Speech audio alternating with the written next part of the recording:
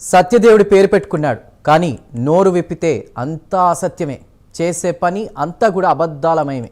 తూర్పుగోదావరి జిల్లా కడియపులంకలో ఉన్నటువంటి ఓ నర్సరీ యజమాని భాగవతం ఇదంతా. మాయ మాటలు చెప్పడం, జనాన్ని బురిడి కొట్టించడం ఆయనకు నర్సరీ నుంచే అభ్యున విద్యగా మారిందా అన్న విమర్శలు కూడా వస్తున్నాయి. తాజాగా ఓ వినియోగదారుడు శ్రీ సత్యదేవ నర్సరీ నుంచి పెద్ద మొత్తంలో డబ్బులిచ్చి మొక్కలు కొనుగోలు చేశాడు, కానీ మొక్కలు మాత్రం డెలివరీ చేయడం లేదు. అదేంటని అడిగితే ఇదిగో అదిగో అంటూ కాలయాపన చేశాడు. ఇప్పుడేమో అసలు ఫోన్ కూడా లిఫ్ట్ చేయడం లేదు.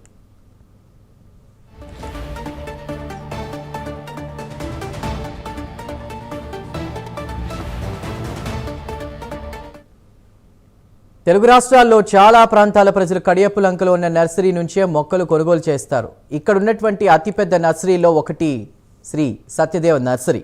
ఈ క్రమంలో గార్లపాటి ఉపేంద్ర అనేటువంటి వినియోగదారుడు గత జనవరిలో 60,000కు పైగా డబ్బు చెల్లించి మొక్కలు కొనుగోలు చేశారు. ఇందుకోసం ఆయన 200 కిలోమీటర్ల దూరం నుంచి ప్రయాణించి ఆ నర్సరీలో కొనుగోలు కోసం నిర్ణయించుకున్నారు. అయితే ఉపేంద్ర ఎంపిక చేసుకున్న మొక్కలను 3 రోజుల్లో పంపిస్తానని చెప్పి ఇప్పటికీ పంపలేదని ఉపేంద్ర ఆరోపిస్తున్నారు. 3 రోజుల్లో చేస్తానన్న డెలివరీ 8 నెలలైనా కాకపోవడంతో ఆ డబ్బును వాపసు ఇవ్వాలని ఉపేంద్ర కోరారు. అయినా నర్సరీ యాజమాన్యం మాత్రం కాలయాపన చేస్తూనే ఉందని ఉపేంద్ర అంటున్నారు.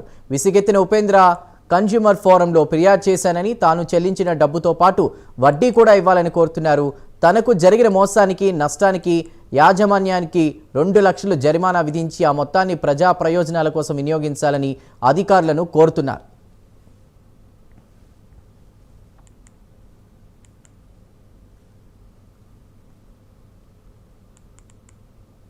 ఉపేంద్ర ఆరాతీగా నర్సరీ యాజమాన్యం తననొక్కడినే మోసం చేయలేదని, కడియపులంకకు వస్తున్న కస్టమర్లందరినీ కూడా మోసం చేస్తున్నారని తేలిందని, తమిళనాడు నుంచి వచ్చిన విద్యార్థులను కూడా అలాగే మోసం చేశారని ఆయన అంటున్నారు. అలాగే ఓ ఎమ్మెల్యే తోటలో నుంచి కొబ్బరికాయలు తీసుకెళ్తున్న వాహనాన్ని విచారిస్తే అవి కడియపులంక నర్సరీకి వెళుతున్నట్లు తేలిందని చెప్తున్నారు. ఇలా ప్రైవేటు తోటలో పండిన కొబ్బరికాయల నుంచి వచ్చే విత్తనాలు వాడితే నష్టం వస్తుందని, వాటి నుంచి ప్రొడక్షన్ రాదని ఆయన అంటున్నారు. మరి కన్జ్యూమర్ ఫోరం అధికారులు తీర్పు ఇచ్చేదాకా ఆ నర్సరీ యజమాని ఇలాగే నానుస్తారా, లేక చేసిన మోసాన్ని అంగీకరించి కస్టమర్కు డబ్బు రిఫండ్ చేస్తారా అన్న ప్రశ్నలు వినిపిస్తున్నాయి.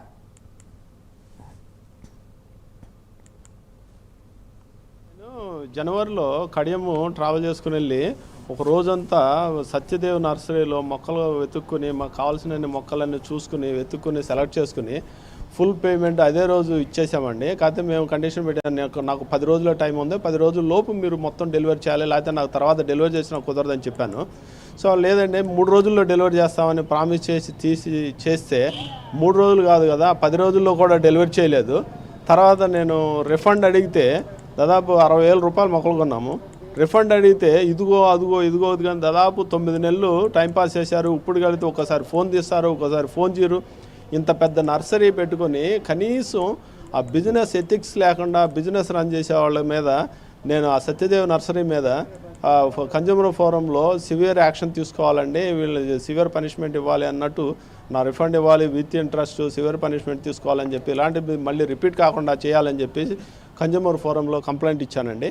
అది అంతమించి ఇలాంటివి చేయకుండా మళ్ళీ జరగకుండా ఉండాలని నేను ఆశిస్తున్నాను.